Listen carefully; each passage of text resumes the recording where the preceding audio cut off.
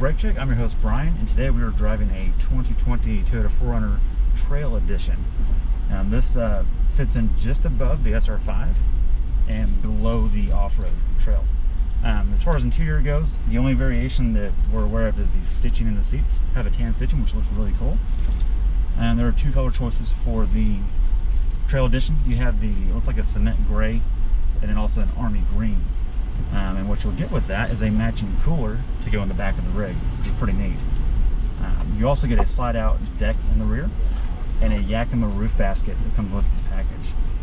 You do not get differential lockers, but you still do have four-wheel drive. So this fits in a good place for a lot of people that don't really need the off-road or the Pro, but still want to get out in the woods, still want to go camping, still want to go maybe overlanding a little bit. But if you're doing wheel in the air rock crawling, this probably isn't going to be as much as you're looking for. So it's all about balance. So we're going to go on a little off-road trail here. We're at the Texas Truck Rodeo with the Texas Auto Rider Association in just outside of Austin, Texas. So let's take the trail. So we're starting the trail. We are in 4 low, and we're going to start crawling. Okay, here's the second of 3 rock crawling obstacles. The first and second one is quite easy for this vehicle. The third one was a little bit more challenging, as you'll see here in just a minute. This vehicle does not have locking differentials, so I did have to adjust my line midway up. Now, I will tell you that this point right here picked up a tire on almost every vehicle on this trail. The 4Runner did not so much, but it definitely lost momentum. It lost momentum mostly due to the driver, let's be honest. This is one of those that requires a dedicated line and plenty of commitment to that momentum. A big shout out to the staff here today. We had plenty of guys that were on every obstacle to make sure that we were spotted right and on a safe line the entire time.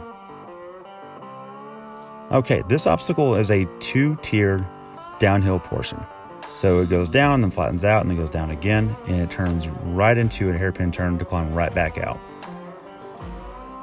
This does not look like much on camera, but it definitely will make you feel uncomfortable in certain vehicles, and I will say the 4Runner felt quite competent.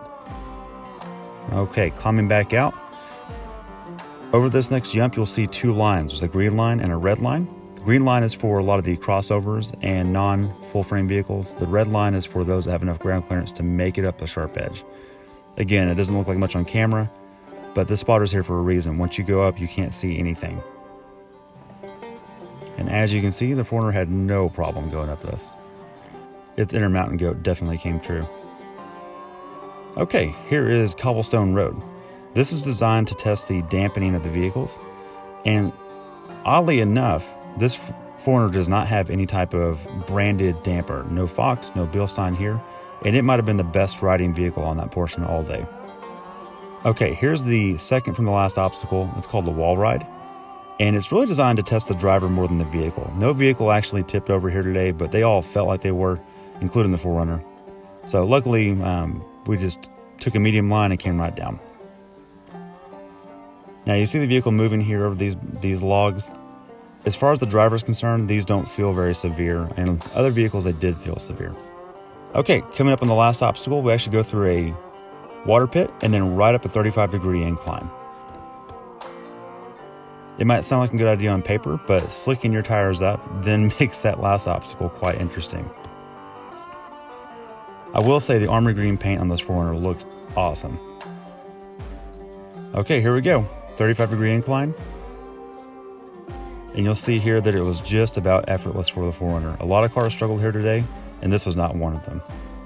All right, and that wraps up the 4Runner Trail Edition off-road review. Thanks for tuning in. Don't forget to hit subscribe. And we'll catch you on the next one.